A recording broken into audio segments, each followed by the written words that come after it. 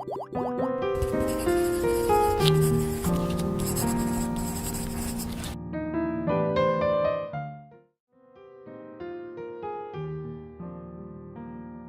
nosso tema de hoje vamos falar sobre dimensões espirituais.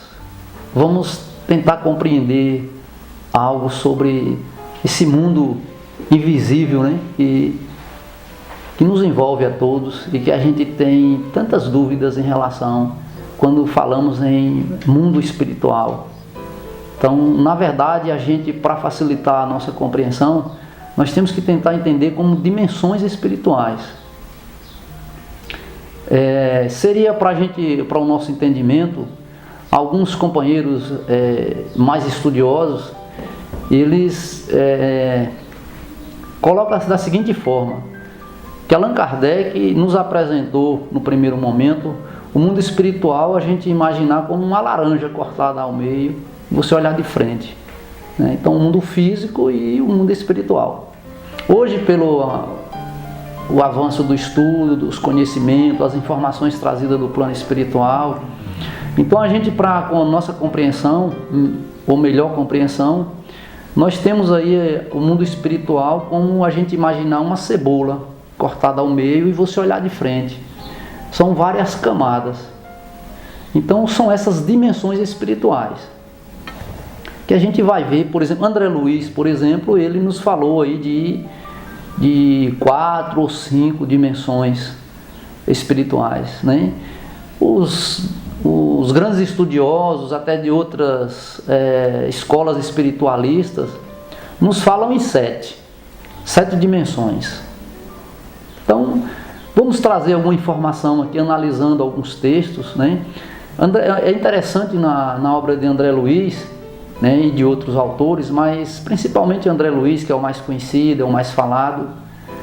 Mas André Luiz nos fala de um mundo espiritual com casas, né, prédios, animais, plantas as mais diversas, flores exalando perfume, rio com água correndo, meio de transporte, fábricas diversas, distribuição de água e energia nas casas. Então olha que interessante. Claro que ninguém é obrigado a acreditar nessas coisas, mas são informações vindas do mundo espiritual. Para nós espíritas, principalmente que estudamos esses assuntos, hoje não nos é confortável essa compreensão, né? Isso até nos traz um consolo, porque a gente, digamos assim, temos essa certeza que a vida continua e que nada na Terra, nenhum aprendizado é perdido. Então, quem é professor aqui, se quiser continuar professor lá, se qualificando, vai ser professor. Então, assim, olha que interessante, meio de transporte. E um fato interessante, eles até nos adiantam dizendo que, como já foi dito várias vezes por muitos, que a Terra é uma cópia, né, do mundo espiritual. Interessante que tudo que tem aqui na Terra, ou na nossa dimensão física, tem na dimensão espiritual. E lá tem coisas que aqui não tem. Interessante. E que lá na dimensão espiritual, eles estão no mínimo 50 anos na nossa frente. E olha que interessante, quando André Luiz escreveu Nosso Lar através de Chico Xavier, e só lembrando que as informações de André Luiz através de quem o médium? Chico Xavier. Então, se eu não acreditar nisso, ou eu não aceitar, então eu não posso acreditar ou aceitar mais nada, porque colocar em xeque a mediunidade de Chico é indispensável. Eu não tenho nem condição de descrever ou falar quem é Chico Xavier, pela sua grandeza. Então aí já é um ponto, né, onde a gente também tem que pensar em relação, porque muitas vezes muitas informações nós não conseguimos ainda compreender ou, né, processar mentalmente ali para ter uma compreensão real, mas isso é lento, cada um no seu tempo, né? Muita coisa no início, quando eu comecei na doutrina espírita, algum tempinho atrás, eu não entendia. Mas na minha juventude, com meus 17 anos, eu não conseguia processar. Hoje eu compreendo de outra forma, mais tranquila, né? Então é um processo, a compreensão é um processo de construção. Então, lentamente. Bem, mas interessante, olha só, quando André Luiz falou em 42 para 43, no livro Nosso Lar, ele já falava de um sistema de transporte na cidade espiritual Nosso Lar, que é uma cidade avançadíssimo, que na Terra nem tinha ainda, né? É um sistema de transporte que anda em alta velocidade a uma altura de 5 metros do chão. Então imaginemos nós, naquela época muitos chamaram André Luiz de obsessor, Chico foi tomado como obsidiado, imagine, né? Mas só fazendo essa reflexão interessante. E hoje nós já temos uma pequena prova na Terra. Nós temos aí o trem-bala que anda acima dos trilhos, né? Uma pequena altura, mas é um meio de transporte avançadíssimo.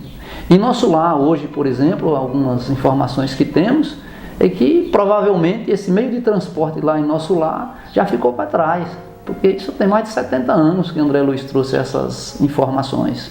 Então imaginemos, né?